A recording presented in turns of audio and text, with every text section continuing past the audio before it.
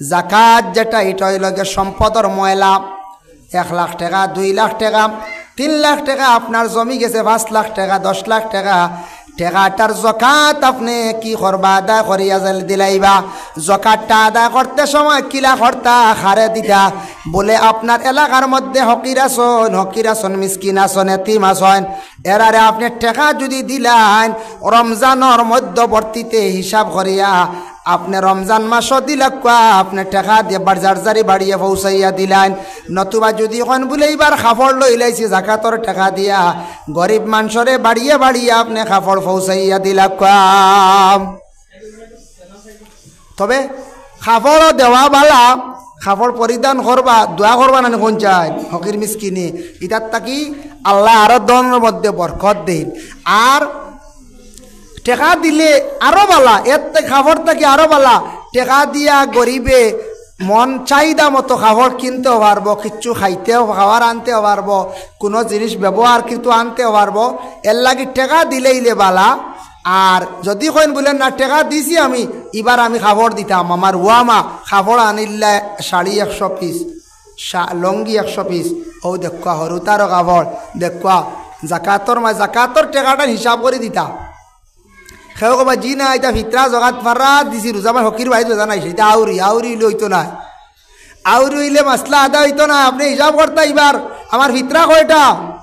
5টা, 5 হয় 30, 70 করে ধরলাম, 70 টাকা হইতো না।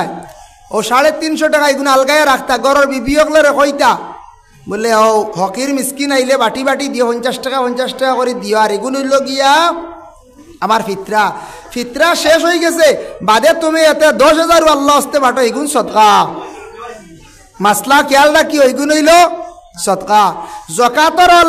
জকাতর গুণ আলাদা করিয়া এলাকাত গরিব মিসকিন টেকা ফড়লিয়ক বা টেকা পৌঁছাইয়া দিয়া আপনি বাদে আপনি আল্লাহ হস্তে ঈদগাহ দেশা কানো গিয়া দেও। জাকাতি গুণ দিতে সময় ওলা ব্যক্তিরে দিতা হইয়া দিতা, আর আল্লাহ হস্তে এটা বেজান মাঞ্চরে দেওয়া যায়। এটা মেসাবরেও দেখুয়া বাক্কা সবল মাঞ্চ খাইতে পারবো আল্লাহকে ওয়াস্তে। আল্লাহ আস্তে আমি খুশি হইয়া, আমি আল্লাহর আস্তে আমি খুশি হইয়া আপনারে দিয়া যেসা খাইতে পারে, অসুবিধা নেই, আল্লাহ আস্তে খাইতে পারবা। কিন্তু জাকাত এবং ফিতরা খেয়ে খাইতো মিসকিন, ফকির, অসহায়, লাড়ি বেটি, স্বামী হারা মহিলা, এতিম, এরা খাইতো, এরারে দেওয়া হইতো। খেয়াল করছেন এবার আল্লাহর বান্দাগান। এর জন্য আল্লাহ পাক রব্বুল আলামিন পবিত্র কালামুল্লাহ শরীফের মধ্যে ঘোষণা করেন, ওয়াল্লাযীনা হুম লিয-যাকাতি ফাঈলুন, যারা আমি আল্লাহর জাতর রাস্তার মধ্যে তারা জাকাত আদায় করলো, তারা কিন্তু বালা একটা কাম করলো, তারা সফলতা অর্জন করলো। এর জন্য আমি আল্লাহর জাত জাকাত আদায় করনেওয়ালার সাথে আমি আল্লাহর জাত আছি, জাকাত আদায় করনেওয়ালার আমি আল্লাহ পছন্দ করি। আবার আল্লাহর জাতে ঘোষণা করেন, والذين يكنزون الذهب والفضة ولا ينفقونها في سبيل الله فبشرهم بعذاب أليم। আল্লাহর জাতে জানাই আমার বান্দা হলে যখন সোনার মালিক, রূপার মালিক হইব, সম্পদর মালিক হইব, ও পরিবর্তে যে হারে সম্পদ তাদের মালিক হইব, সম্পদ ভালো হইব, এইগুলা যদি তারা আমার আল্লাহর রাস্তার মধ্যে যদি তারা খয়রাত করে না, তাদের জন্য আমি আল্লাহর যাতে কঠিন আযাব তৈয়ার করিয়া রাখছি। ফাবাশশিরহুম বিআযাবিন আলীম, আমি আল্লাহর যাতে দর্দনাক কঠিন আযাব তাদের জন্য আমি আল্লাহ তৈয়ার করিয়া রাখছি। সুবহানাল্লাহ। আল্লাহ কি ধরনের আযাব তৈয়ার করিয়া রাখছেন? ইয়াউমা ইউহমা আলাইহা ফি নারি জাহান্নামা ফাতুকওয়া বিহা হিবাবুহুম ওয়া জুনুবুহুম ওয়া যুহুরুহুম। আল্লাহর যাতে কইত্রা আমি ওলা তাদের আযাব দিব। তারা দুনিয়ার জমিন সোনা রূপার মালিক হইল, অটল সম্পদের মালিক হইল, কিন্তু তারা যাকাত আদায় করল না।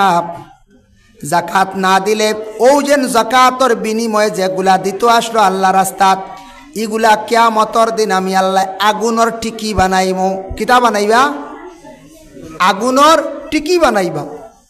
আমি টিকি দি বুঝাই, আর মানে আগুনের একটা শাখা থাম্ব হইব, তাম্বা আমি বানাইমু, আগুনের তাম্বা বানাইয়া আমি আল্লাহর যাতে সেই বন্দা হলারে কিয়ামতের দিন আমি শাস্তি দিব বলে খিলাম। এই আগুনের টিকি যেগুলা তাম্বা যেগুলা ফেটো লাগাইমো, ফিটিত লাগাইমো, বুঝাইছো নিমা? ফেটো লাগাইমো, ফিটিত লাগাইমো। আজ যদি একটা টিকি গরম করিয়া যদি খেহরের ফেটো রাখা হয়, ফেট জ্বলি যাইব, ফিটিত রাখা হয়, ফিট জ্বলি যাইব, জ্বলব না না খাওয়াইন। ওরে আল্লাহর বন্দেগান ফেটো দেওয়ার মানে কিতাও বন্দা জাকাত এগুন তোর লাগি খাওয়া যাইস নাই, এগুন তুই আল্লাহ রাস্তার মধ্যে তুন দিলাইতে, এগুন তোর সম্পদর ময়লা, এগুন তুন খাইতে না, অগুন তোর খাইসলে ফেটো ঢুকাইসলে আইস তোর ফেটো আগুনের তাম্বা লাগাইলাম। আর এগুন দিয়া বালা বিছনা বানাইয়া বালা ডানলপ ঘুমাইসলে এর লাগে তোর ফিটির মধ্যে আগুনের তাম্বা লাগাইলাম। এইভাবে জাকাত যারা আদায় করতা না তাদের জন্য আল্লাহ পাক রব্বুল আলামিন সেই আযাব তৈয়ার করিয়া রাখবা। এবং জাকাত যারা দিত না এরা জাহান্নামী হইবাম, যার জন্য আল্লাহর বান্দাগান আবার আল্লাহ পাক রব্বুল আলামিনে বিশেষ করিয়া কুরআন আল কারীমের মধ্যে বিভিন্ন আয়াত আনছেন, বিভিন্ন জায়গার মধ্যে জাকাত সম্পর্কে আল্লাহর যাতে ঘোষণা করছেন। পরে আল্লাহর বান্দাগান রাসূলুল্লাহ সাল্লাল্লাহু আলাইহি ওয়াসাল্লামে ফরমায়, ও আমার সাহাবায়ে কেরামগণ, সম্পদ যখন পাইবাই, সম্পদওয়ালা হইবাই, হিসাব করিয়া তুমি তেন জাকাত গুলা আদায় করিও। বলে ইয়া রাসূলুল্লাহ, কেউ যদি জাকাত আদায় করে না তার পরিণতিটা কি হবে? আল্লাহর রাসূলে ফরমাইন, জাকাত যারা আদায় করতো না এই টাকাটা খাই লিব। কিয়ামতের দিন এই জাকাতর পয়সা যেটা, এই সম্পদর জাকাতর সম্পদ যেটা, এটা একটা সাপের সুরত ধারণ করা হইব, একটা সাপ বানানি হইব। আর 2 নম্বরে থাকছে গিয়া আগুনের একটা বেড়ি বানানি হইব, এই বেড়িটা তার গলার মধ্যে বান্ধিয়া দেওয়া হইব।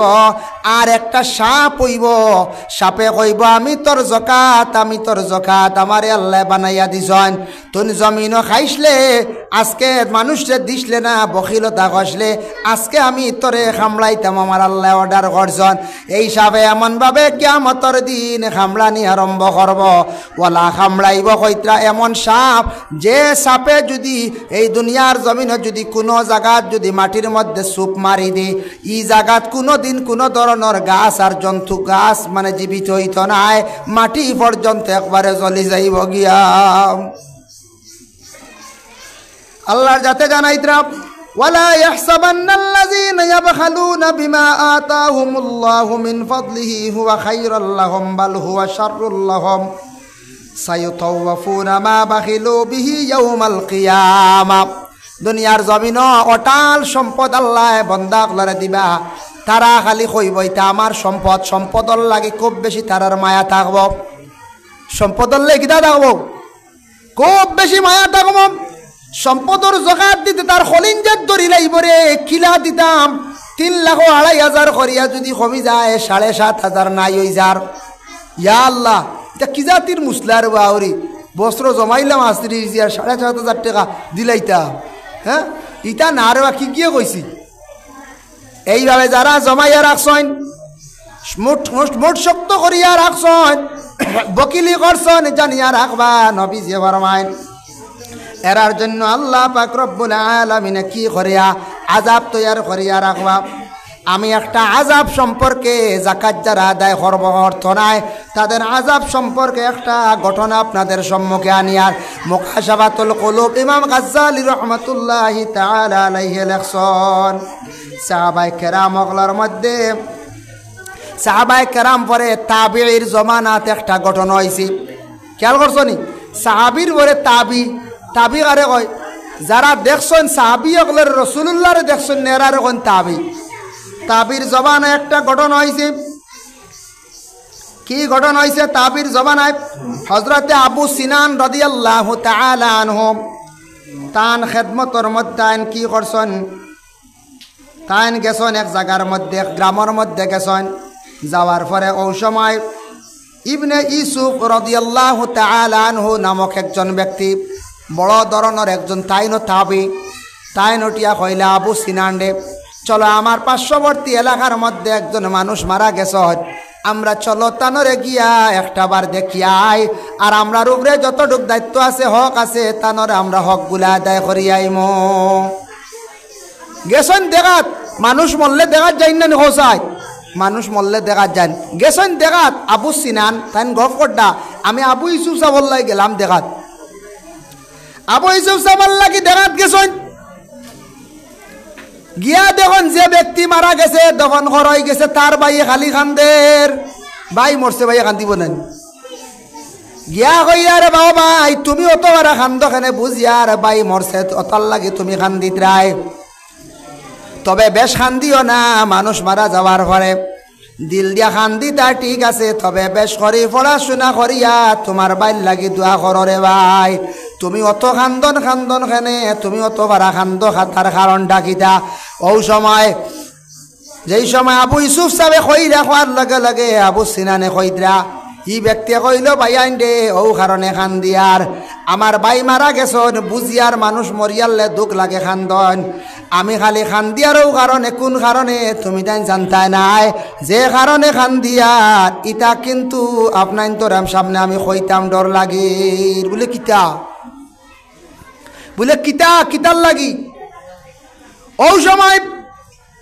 আবু সিনান সাহেব আবু ইউসুফ সাহেব শুনছেন ওই ব্যক্তি কইলে আমার বাইরে দফন করার পরে সারা মানুষকে লাগিয়া ফেলাইয়া আমি আমার বাইর খবরের ফার রইলাম আখতা শুনি আমার বাইর খবরের মধ্যে আওয়াজ আর চিৎকার আমার ভাই এখান দিয়া ঘর সারা যাই লাগিয়ে আমারে ফেলাইয়া খান্দন শুনিয়া আমার বরদাস্ত আইছে না আমি বিশেষ করিয়া মাটি সরাইলাম মাটি সরাইয়া বাঁশ সরাইলাইলাম জারতাম পারছি না বাইর কারণে বাইর মায়ার কারণে সাইয়া দেখি আমার বাইর খবরের মধ্যে দাউ দাউ ডাকাইয়া খালি আগুন জ্বলের বাইর গলার মধ্যে আগুনের বেড়ি বান্ধা বাইরে আগুনে খবরের মধ্যে খালি জ্বালার আমি দেখিয়া কত সময় খান দিলাম আর আল্লাহর কাছে দোয়া করলাম আগুনে আমার বাই জ্বলতে আছে পরে বাঁশ আবার দিয়া মাটি দিয়া ঘুরিয়া বাড়িতে আইলাম আবার ভরতা কি আবো পর্যন্ত আমি খান দিয়ার খবরের আজাব দেখিয়া আর আমার বাইর আজাব দেখিয়া আমি খান দিয়ার ডেবাইয়াই খোঁজানতে তোমার বাইর ই আজাব এখানে তুমি খালি কান্দ বাইয়ে নমাজ পড়তো নি বলে জিও বইয়ে বাইয়ে নমাজ পড়তো রোজাও রাখতো আমার বাইরে দ্বন্দ্বলত আল্লাহ দিছিল কিন্তু আমার ভাইয়ে জকাত কোনো দিন আদায় করছে না আমার ভাইয়ে জকাত হিসাব কোনো দিন করছে না জকাত আদায় করছে না ধারণা হইল গিয়ে আল্লাহর যাতে আমার বাইরে একমাত্র ও কারণে কবরের গাড়ার মধ্যে আগুন দি জ্বালাইতাম আল্লাহর বন্দেগান রাসূলুল্লাহ সাল্লাল্লাহু আলাইহি ওয়াসাল্লাম ফরমায় কাল কিয়ামতের দিন ময়দানে মাহশর ভয়ানক সাপের সুরত ধারণ করব একটা সাপ হইব সাপে কামড়াইব মানুষে কইবে আল্লাহ আমার কিতার লাগি সাপ দি কামড়াও বলে জমিনের দন দৌলত দিছিলাম জকাত তুমি দিছিলাম তোরে সম্পদ দিছিলাম তুই খেনে জকাত আদায় করছত না আজ এটা খাইসলে আইজ ও জন্তুয়ে তোরে কামড়ার তোরে খাইতো সার এর লাগি নিজের সম্পদ যেটা আছে সম্পদের হিসাব করিয়া ভাই বনি নকল জকাত আদায় করকা জকাত না আদায় করলে ইগুন টেকা যেগুন খাইবা হিসাব করিয়া ফাজিল যেগুন খাইবা এগুন সম্পদের ময়লা ইগুনতে কিয়ামতের দিন সাফ হইয়া কামড়াইব গলার মধ্যে আগুনের বেড়ি বান্ধিয়া দেওয়া হইব আর যাকাত যারা আদায় করতা না এরা জাহান্নামী হইবা এখন দেখুন মুকাশাফাতুল কুলুব ইমাম গাজ্জালি এই কিতাবের মধ্যে লেখছেন রাসূলুল্লাহ ফরমান কিয়ামতের দিন এক গুড়ো মানুষের কাছে বিচার গিয়া দিবা মিসকিন হকলে হকির হকলে ও শুনো বিচার হইব রে কিয়ামতের দিন হকির আর মিসকিনে গিয়া বিচার দিবা কিতাব বিচার দিবা রানি মুকাশাফাতুল কুলুব কিতাব আনছেন হকির মিসকিনে গিয়া কইবা আল্লাহ দুনিয়াতে আমরারে গরিব বানাইছে ওলা গরিব মিসকিন হই গেছিলাম গিয়া হাত নাই খেওরের ভাও নাই আমি ওলা ভিক্ষু কইছিলাম ভিক্ষা ছাড়া চলার কোনো উপায় নাই ও আল্লাহ আমরা এতিম আসলাম বাবা মরি গেছন মানুষের হাত পেছাইয়া খাইয়া বড় হইছি রে আল্লাহ কিন্তু আল্লাহ আমরার এলাকাত আমরার দেশ কত মানুষ ধনী আপনি বানাইছিলাই কিছু মানুষে দেখছি জকাত দিছন সাহায্য করছেন আমরারে আর কিছু মানুষে আমরারে বড় গালিয়াইয়া খুদাইয়া খাদাইয়া দিছন দেও আল্লাহ ইতা মানুষে আমরা জমিনও শুনছি জানছি এরা জকাতর মালিক তারা কিন্তু যাকাত দিছে না। আমরা যাওয়ার পরে আমরারে বখিল হইয়া গালিয়া দিছে, আমরারে রেজিল হইয়া গালিয়া দিছে, আমরারে হকির হইয়া মিসকিন হইয়া গালিয়া দিছন। ও আল্লাহ তাআলা, আপনার কাছে বিচার দিয়ার জমিনে আমরারে খাইতে দিছই না, আমরার হক তারা আদায় করছে না। আইজ আমরা বিচার চাইয়ার জমিন তারে দন দৌলত দিসলাই, কিন্তু প্রাপ্য আসলো আমরা কিছু পাইতাম, আমরা গরিবে সাহায্য পাইতাম, আপনার বন্ধ হলে দিছই না, বিচার করিলাও। হে প্রতিবেশী গরিব মিসকিন যারা, এরা কিতা করবো? বিচার দিব। এরা কিতা করবো? কিতাবর মাত হকির মিসকিনিকে বিচার দিবা রে বা।